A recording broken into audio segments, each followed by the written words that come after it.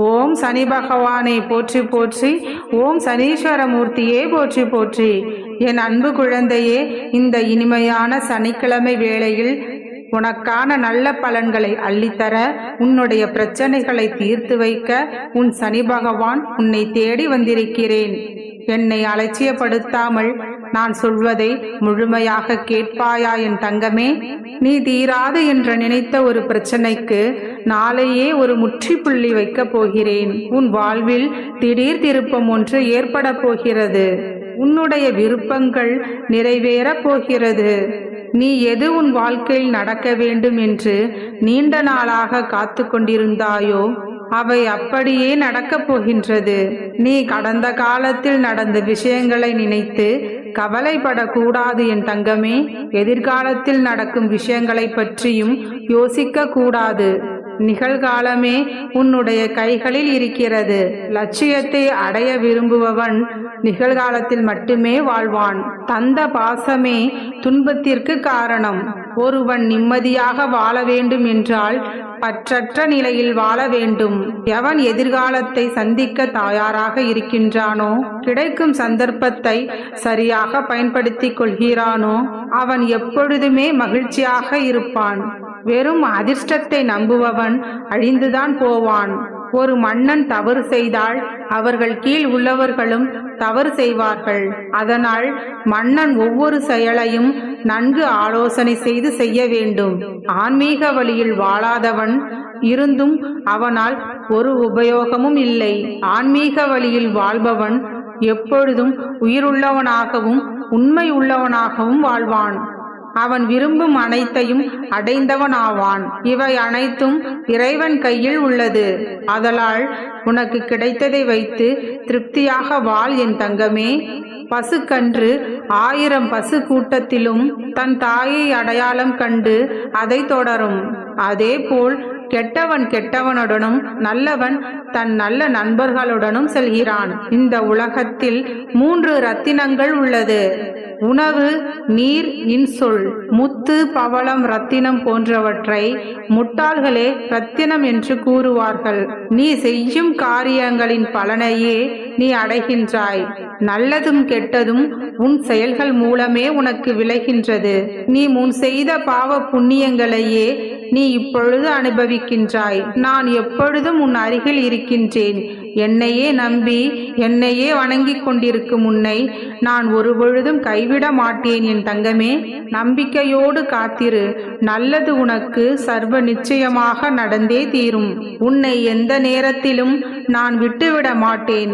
நிழலாக உனக்கு நீ செல்லும் இடமெல்லாம் ஏதாவது ஒரு ரூபத்தில் உனக்கு துணையாக நானே இருப்பேன். இந்த கஷ்டம் எப்பொழுதப்பா முடியும், இந்த பிரச்சனை எப்பொழுதப்பா முடியும் என்று ஒவ்வொரு நாளும் நீ கேட்டுக்கொண்டே இருந்தாயல்லவா? அறவே தீராது என்று நீ நினைத்த பிரச்சனையை நாளையே உனக்கு உன் அப்பா நான் தீர்த்து வைக்கிறேன்.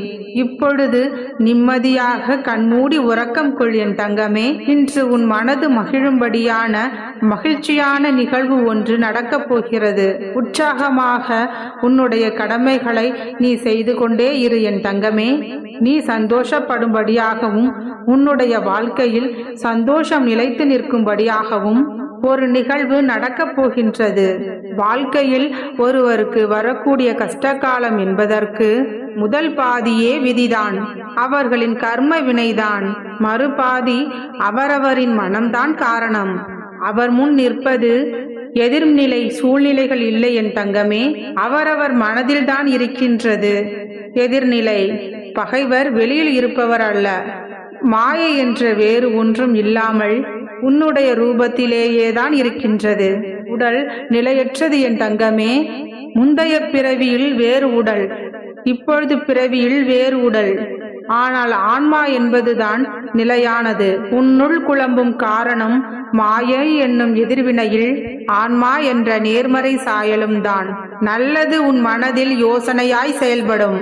ஆன்மாவிடம் மாயை என்ற ரூபம் சண்டையிடுவதுதான் மனம் படும் வேதனை. அந்த வேதனை உன்னில் எழும்பொழுது உன் நிம்மதி தூள் தூளாகின்றது என் தங்கமே. இவைகள் எல்லாம் உன்னுடைய வாழ்க்கையில் முடிய போகிறது. உன்னுடைய கர்ம பலன்களால் நீ இதுவரை பல கஷ்டங்களை அனுபவித்து விட்டாய். ஆனால் அவையெல்லாம் உன்னுடைய அப்பாவின் ஆசிர்வாதத்தால் முடிவடைய போகிறது. எப்படி முடிய போகிறது என்றுதானே கேட்கின்றாய்? என் தங்கமே, உன்னுடைய கஷ்டங்கள் எல்லாம் முடிய போவதால் தான் இப்பதிவு உன் கண்களில் பட்டிருக்கிறது. சூரியனின் வெளிச்சம் பட்டு அகண்டம் எப்படி ஜொலிக்குமோ அதே போல என்னுடைய பேரொளி பட்டு உன் வாழ்க்கை ஜொலிக்க போகிறது. உன் மனம் நிம்மதி சந்தோஷம் என நீ வாழப்போகிறாய். வெற்றிகரமாக எல்லா எதிர்மறை சூழ்நிலைகளிலிருந்தும் நீ வென்று வந்து விட்டாய். இனி எல்லாமே உனக்கு நல்லதாகவே நடக்கப் போகிறது. உன் மனம், எண்ணங்கள், செயல்கள், பாதைகள் அனைத்தும் நல்லதாகவே என் சாயலில் இருந்து அமையும். நீ மனதார ஒரு முறை என்னை நினைத்தால் மறுகணமே நான் உனக்கு காட்சி அளிப்பேன். நீ எங்கு இருந்தாலும் அங்கேயே என்னுடைய ரூபம் உன்னுடைய கண்களில் தெரியும். ஏதாவது ஒரு ரூபத்தில் நான் உன் அருகிலேயே இருந்து கொண்டு உனக்கான வழிகளை நான் காண்பித்து கொண்டே இருப்பேன் என் தங்கமே. நீ படும் வேதனைகளில் இருந்தும் நீ படும் கஷ்டங்களில் இருந்தும் நீ முழுவதுமாக விடுதலை பெற்று விட்டாய். இனி நீ எடுத்து வைக்கும் ஒவ்வொரு அடிகளிலும் நீ வெற்றி காண்பாய். இனி நடக்கப் போவது அனைத்தும் உன் நன்மைக்காகவே நடக்கும். உன்னுடைய கஷ்டமான வாழ்க்கை மாற வேண்டும் என்றுதானே நீ என்னிடம் வந்தாய். என்னை நம்பி வந்த உன்னை நான் எப்படி கைவிடுவேன் என் தங்கமே? ஒருபொழுதும் கைவிட மாட்டேன். நீ நினைத்ததை நினைத்தபடியே நான் நடத்தி தருவேன். உனக்கான வாழ்வில் நீ முடியும் முடியும் என்று சொல்லிக்கொண்டே போராடிக்கொண்டே இரு என் தங்கமே. நிச்சயமாக நீ ஜெயிப்பாய். எல்லாம் நல்லபடியாக நடந்து மங்களம் உன் வாழ்வில் அரங்கேறப் போகிறது.